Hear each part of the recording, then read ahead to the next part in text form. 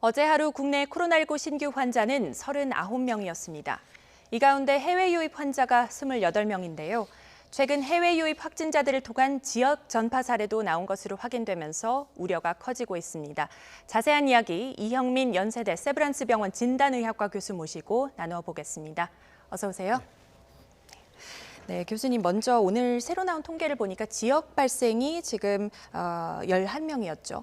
이 정도라면 국내 발생은 확연한 감소세라고 볼 수 있을까요? 예, 맞습니다. 국내 코로나19 확진자 현황을 보시면 이제 2월 말에서 3월 초에 걸쳤던 신천지 관련 대량 감염이 있었을 때 하루에 거의 한 900명까지 환자가 나오다가요. 그 이후로 이제 강력한 사회적 거리두기를 하면서 4월 말 정도쯤에는 거의 국내 환자 발생이 한 5명 이하까지 떨어졌었거든요. 그러다 이제 우리가 이제 생활 방역으로 넘어가고 이태원 클럽발 관련 감염이 생기면서 다시 또 하루에 60명 정도까지 올라갔었는데요. 지금 현재는 최근 들어 계속 하루에 한 10명에서 20명 사이에 아주 안정적인 코로나19 확진자 발생 현황을 보이고 있습니다.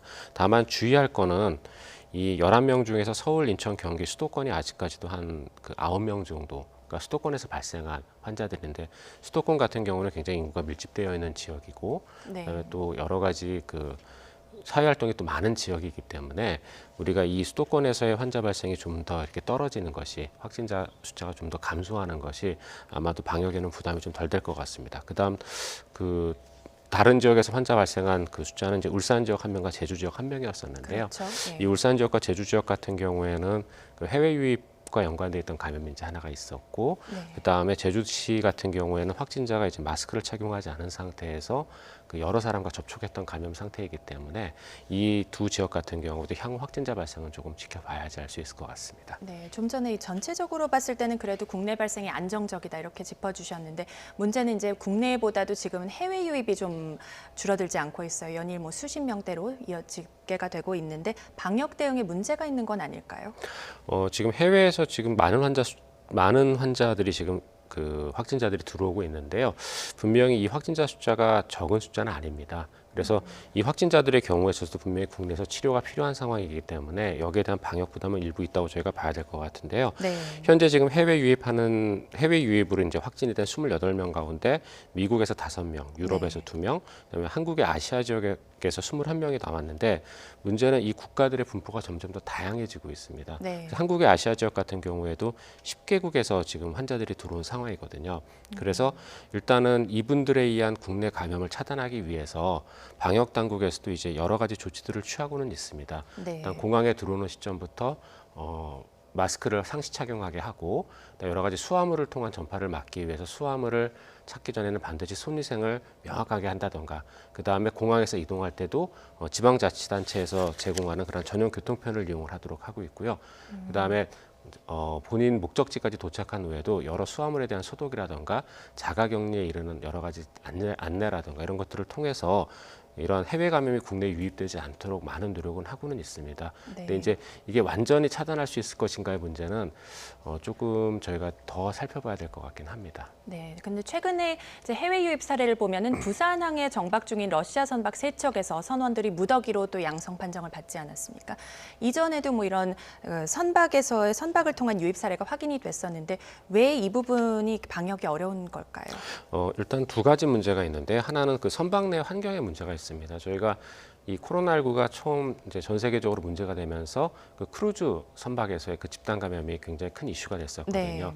그런데 이런 선박 내 환경이라고 부르는 곳이 보면은 굉장히 숙소나 이런 것도 좀 밀집되어 있는 경우가 많고, 그다음에 코로나19가 이제 주된 감염 경로 중에 하나는 식사를 통한 감염이 쉽게 이루어질 수 있도록 어떤 전체적으로 모여서 식사를 하는 그런 경향들이 있거든요. 그러다 보니까 코로나19 확진자가 한번 선박 안에 생기게 되면은 이러한 여러 가지 조건들을 통해서 선박 안에서 굉장히 잘 확산이 되는 환경에 있습니다.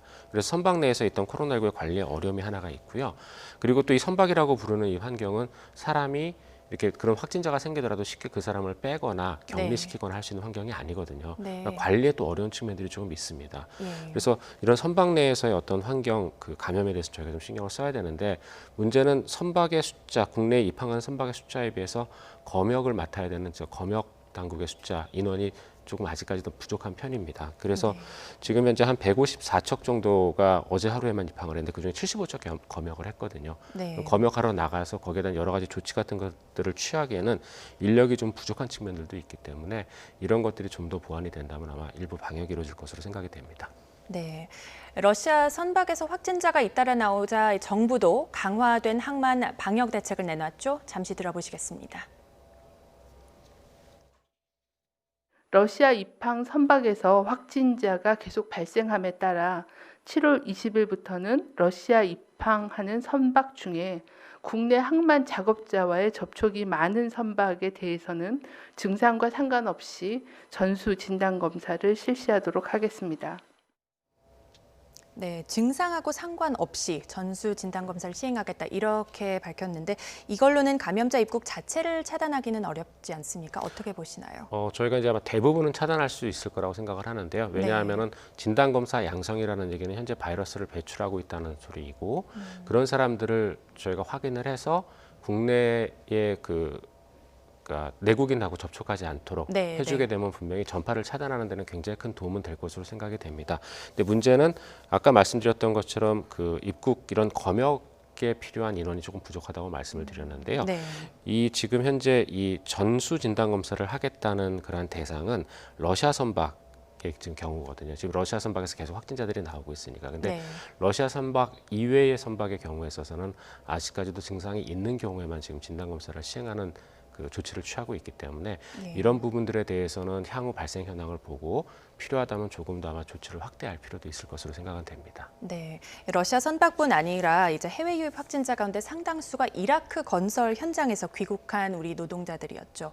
이 부분을 보면 이제 이라크에서는 최근에 뭐 하루에 3,000명에 가까운 확진자가 매일 발생하고 있는데 현지의 그 건설 현장에도 영향을 줬을까요? 예, 아마 그랬을 것으로 생각이 되는데요. 지금 현재 이라크 같은 경우에는 지금 말씀 주셨던 것처럼 매일 거의 3,000명 가까운 확진자가 나오고 있는 상황입니다. 지금 전 세계적으로 환자 발생이 제일 많은 국가를 우리가 들 때는 항상 미국, 브라질, 러시아 그렇죠. 같은 국가들을 들거든요. 근데 예. 이런 국가들은 워낙 인구 숫자가 많기 때문에 환자 발생도 많은 걸로 보이는데 네. 인구 100만 명당의 확진자 발생 숫자를 놓고 봤을 때 사실 제일 많은 환자가 발생하는 국가는 카타르. 네. 거든요. 그리고 카타르 이외에도 쿠웨이트라든가 이런 지금 중동권 국가들이 인구당 지금 감염 환자 숫자가 비교적 많은 편입니다. 그래서 네. 이제 이라크도 여기에 영향을 받아 지금 현재 확진자들이 많이 늘고 있는 걸로 보이는데요. 네. 이런 이라크에서 지금 그 귀국하는 확진자들, 그러니까 건설 노동자 같은 경우에 최근에 105명 가운데 현재 34명이 확진을 받았습니다. 네, 그렇죠. 그래서 이런 분들, 이런 그 이라크 귀국자들에 대한 조금 더 관리가 필요할 것 같고 아마 현지에서의 어떤 그런 그 여러 가지 그 현장이나 이런 것들도 이런 대규모 감염에 의해서 영향을 좀 받고 있는 걸로 생각은 됩니다. 네, 우리 정부가 전세기를 투입해서 이분들을 이제 귀국시키기로 데려오기로 했는데 이 과정에서 그러니까 귀국 과정에서 문제는 없을까요? 귀국 과정에서는 분명히 좀 저희가 주의를 할 부분들이 있는데요. 네. 근데 지금 국내의 우리의 방역 당국 같은 경우에는 이미 우한에서의 집단 감염 때 그 우한시 교민들을 네. 귀국시키면서 굉장히 많은 경험을 쌓았고 그 단계에서도 전혀 국내에 그 확진자 전파는 일어나지 않게끔 관리를 잘 했거든요. 그래서 네. 그 단계를 보시면은 되게 꼼꼼하게 잘 짜여져 있습니다. 예, 그래서 예. 처음 사전 단계도 굉장히 잘 짰고 그 다음에 이미 여러 번의 그러한 그 교민들을 귀국시킨 경험을 갖고 있기 때문에 이 이라크에서 귀국하는 이 건설 노동자분들에 대해서도 아마 관리를 잘 할 것으로 생각이 됩니다. 네, 현재로서는 그래서 뭐 기존의 경험을 토대로 할 수 있기 때문에 뭐 큰 문제는 방역에 큰 문제는 없을 것이다 이렇게 예. 보시는 거죠. 네, 지금 해외 입국한 주한미군 장병하고 이제 가족들의 코로나19 확진 사례도 잇따르고 있어요. 그런데 확진자 일부는 미국에서 출발 전에는 뭐 미미한 증상이 있었다고 하는데 사전 검역에서 입국을 차단할 수는 없었을까요? 이 부분이 문제인데요. 이 네. 미묘한 증상이라고 얘기하는 게 이게 코로나19의 증상이 그러니까 코로나19에 걸린 사람들을 우리가 살펴보면 네, 절반 정도는 진단 당시에 무증상이라는 걸 이미 알고 있고 예. 절반은 증상을 보인다고 알려져 있는데 문제는 그 절반도 증상이 미미합니다. 네, 네. 우리가 알고 있는 코로나19의 주된 증상인 고열, 그다음에 인후통, 호흡곤란은 후반부에 나타나거나 아니면 굉장히 제한된 숫자의 환자한테서만 나타나거든요. 네. 한 20% 정도의 환자 밖에서 나타나지 않고 대부분은 말씀하셨던 것 같은 미미한 증상, 이른바 감기 증상을 보이는 그렇죠. 경우가 많거든요. 예. 근데 문제는 이러한 증상이 있을 때 여기에 대한 감수성의 여부인데요.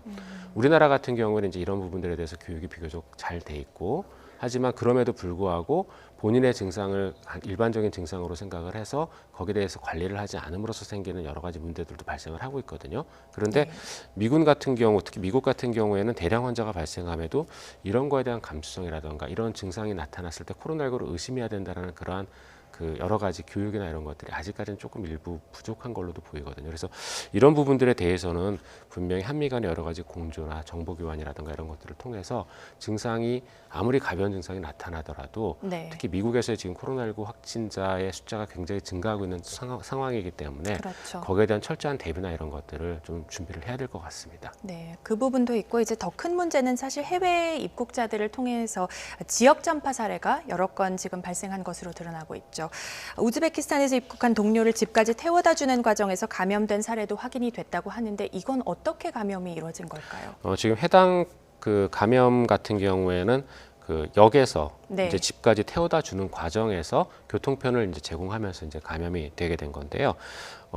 이분 같은 경우에는 외국인 동료가 이제 검사 결과 양성이 나오니까 태워다 준 분도 검사를 받았는데 처음에는 이제 음성이었었습니다. 근데 다음 한 3일 정도, 3, 4일 정도 있다가 근육통과 콧물동의 증상이 나타나서 다시 검사를 받았고 네. 이때는 확진 판정을 받은 건데요. 분명히 이 분들을 이렇게 태워다 주고 이런 과정 중에서 같은 교통편을 이용을 하게 되면은 굉장히 좁은 자동차 안에서 같이 있게 되지 않습니까? 네. 그러면 이것도 이미 확진자와 동일한 교통편, 그중에서도 차를 이용했을 경우에 그 안에서 감염되는 사례는 많이 보고가 됐거든요. 그리고 또 그랬었죠. 예. 택시를 통한 택시 안에서의 감염 사례도 이미 보고가 됐거든요. 네. 그래서 아는 사람을 태워다 준다 하더라도 분명히 태워다 줄 때는 차 안에서, 차량 안에서 마스크를 착용을 한다거나 또는 손위생을 철저히 한다거나 또는 그 직접적인 접촉을 하지 않도록 주의를 해야 되는데 아마 이런 부분에서 밀접한 지인이다 보니까 조금 소홀히 하지 않았을까 싶고요. 그 과정에서 감염됐을 가능성이 좀 있다고 생각을 합니다. 네, 여기서 궁금한 게요. 애초에 방역 당국이 해외 유입발 지역 전파 위험은 거의 없다고 밝혔는데 그렇다면 이렇게 되돌아보면은 방역에 허점이 있었다. 뭐 이렇게 보시나요? 허점이라기보다 이 코로나19의 몇 가지 특징들 때문에 이제 이런 문제가 생겼다고 생각을 하는데요. 첫 번째는 이제 우리가 코로나19에 대해서 얘기를 하게 되면은 네. 조금 전에 사례에서 저희가 이제 봤던 것처럼 굉장히 감염력과 전파력이 초기 굉장히 높은 걸로 되어 있습니다. 그러면서도 이제 무증상이 있을 수가 있거든요. 네. 그런데 이 무증상 상태에서 들어왔을 때 우리가 이 사람이 이 코로나19에 대한 감염 확인을 위해서 검사를 받는 시기가 입국하고 3일 뒤 정도가 됩니다. 그러면은 이 사이에 무증상 감염이 발현하게 되면은 우리가 좀 알기 어려운 측면들이 좀 있거든요. 네. 그래서 이런 부분에서 일단은 그 지역사회 전파가 이루어졌다고 생각을 하는데요. 그렇다고 지금 현재 공항에서 들어오는 모든 사람들에서 지금 검사를 할 수 있는 지금 시설이나 여력은 안 되는 상황이거든요. 그래서 그런 부분들에 대해서 조금 더 주의를 할 필요는 있을 것 같고요. 그다음에 두 번째로는 지역 전파 위험을 저희가 고려할 때 14일의 잠복기를 두고 예. 저희가 이제 생각을 하는데요. 네. 사실은 14일의 잠복기를 벗어나는 경우도 일부 사례는 있습니다. 그래서 그렇죠. 14일의 잠복기가 지나더라도 만약에 해외에서 입국한 분이 증상을 보이게 되는 경우는 그런 경우는 즉시 자가격리에 준하는 조치를 취하거나 하고 예. 그다음에 검사를 받을 수 있게끔 하는 게 필요하고 그런 교육들도 필요할 것 같습니다. 그래서 이런 두 가지 부분에서의 어떤 전파 위험을 위한 여러 가지 고민들이 앞으로는 필요할 것 같습니다. 네, 이제 본격적인 휴가철을 앞두고 국내 여행 계획 이제 세우고 계신 분들도 많으실 것 같은데 최근 제주가 비상입니다. 4명이 확진 판정을 받았고요. 그리고 확진자와 접촉한 사람도 100여 명에 이르는 것으로 지금 파악이 됐는데 이 확산 가능성 어떻게 보시나요? 확산 가능성이 일부 조금 있을 걸로 생각이 되는데요. 네. 왜냐하면 지금 제주 사례 같은 경우에는 분명히 처음 확진된 분이 증상이 있음에도 불구하고 해열제를 먹으면서 이제 제주 관광을 시행하셨던 그런 네. 부분이 있고요. 예. 그런 과정에서 이제 마스크 착용을 할 수 없는 그러한 사우나에 가면서 여러 사람에 대한 노출이 이루어진 부분들이 있거든요. 네. 그래서 우리가 이제 이 마스크를 착용을 했을 때 감염 가능성이 굉장히 낮아진다라는 거는 이미 잘 알려져 있는 상황인데 예. 마스크를 착용하지 못하는 상황에 대한 여러 가지 대비를 그동안 해왔었던 겁니다. 근데 지금 이와 같은 사우나나 이런 경우는 마스크를 착용할 수 없는 공간이다 보니까 이미 철원 쪽에서도 그런 스파에서 이렇게 동시에 노출됐던 사람들에 대한 감염 사례가 있었거든요. 그래서 예. 분명히 이분에 의한 전파 가능성은 일부 있기 때문에 앞으로 말씀하셨던 그 한 100여 명 정도의 그 밀접 접촉자의 경우에 있어서는 환자 발생에 대한 좀 주의를 가지고 저희가 지켜봐야 될 것 같습니다. 예. 그리고 이제 결국 마스크 착용이 굉장히 중요한 부분일 것으로 보이는데 조금 전에 뭐 교수님께서 짚어주시기도 했고요. 올바른 마스크 착용법, 뭐 예를 들어서 식당이라든지 술집 내 착용법, 뭐 주문할 때도 써야 하나 이런 부분 좀 간략히 좀 짚어주실 수 있을까요? 맞습니다. 지금 우리가 마스크를 착용하게 되면은 비교적 코로나19 감염을 효과적으로 예방할 수 있는데 마스크를 착용하지 못하는 경우가 지금 문제가 계속되고 있거든요. 그 중에 가장 우리가 일반적으로 마스크를 착용할 수 없는 곳이 식당과 주점과 같은 곳들입니다. 그렇죠. 예. 그래서 이런 곳에서 마스크를 착용을 할 때는 식사를 하는 시기 외에는 마스크를 착용하도록 지금 정부 당국은 권고를 하고 있고요.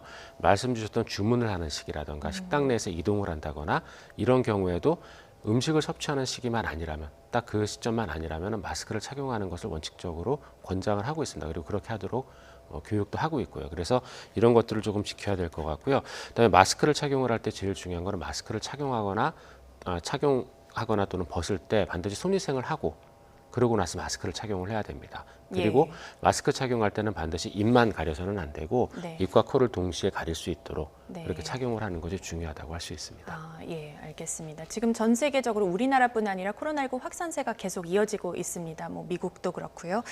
그런데 이런 속에서도 이제 희망적인 소식이 하나 있어요. 미국 백악관 태스크포스를 이끄는 굉장히 권위적인 분이죠. 앤서니 파우치 박사가 올해 여름 말이나 가을 초에 코로나19 치료제가 개발될 수 있다. 이런 발언을 했는데 기대해도 좋을까요? 좀 앞서가는 얘기일까요? 글쎄요. 그 치료제에 대해서는 누구나 다 지금 굉장히 기대를 하고 있는 상황인데요. 지금 이분이 얘기한 치료제는 이제 단클론 항체 치료제를 얘기를 하는데요. 이 단클론 항체 치료제 같은 경우에는 저희가 여러 가지 경로를 통해서 이제 얻을 수가 있습니다. 확진자의 네. 혈장을 통해서도 얻을 수가 있고 여러 이제 유전공학적인 그러한 조치를 그러니까 실험이나 또는 단계를 통해서도 얻을 수가 있는데요. 네. 이 단클론 항체의 치료 효과에 대해서는 저희가 일단 앞으로 좀 평가를 좀 더 해봐야 저희가 알 수 있을 거로 생각이 되고 이 치료제가 나오더라도 이 치료제를 어떻게 투여할지나 이 치료제의 어떤 안정성에 대한 부분들이 평가가 돼야 되기 때문에 상황은 조금 더 두고 보시는 것이 좋을 것 같습니다. 네, 또 올가을에 좀 좋은 소식이 들려왔으면 좋겠습니다. 여기까지 듣겠습니다. 지금까지 이형민 연세대 세브란스 병원 진단의학과 교수였습니다. 감사합니다.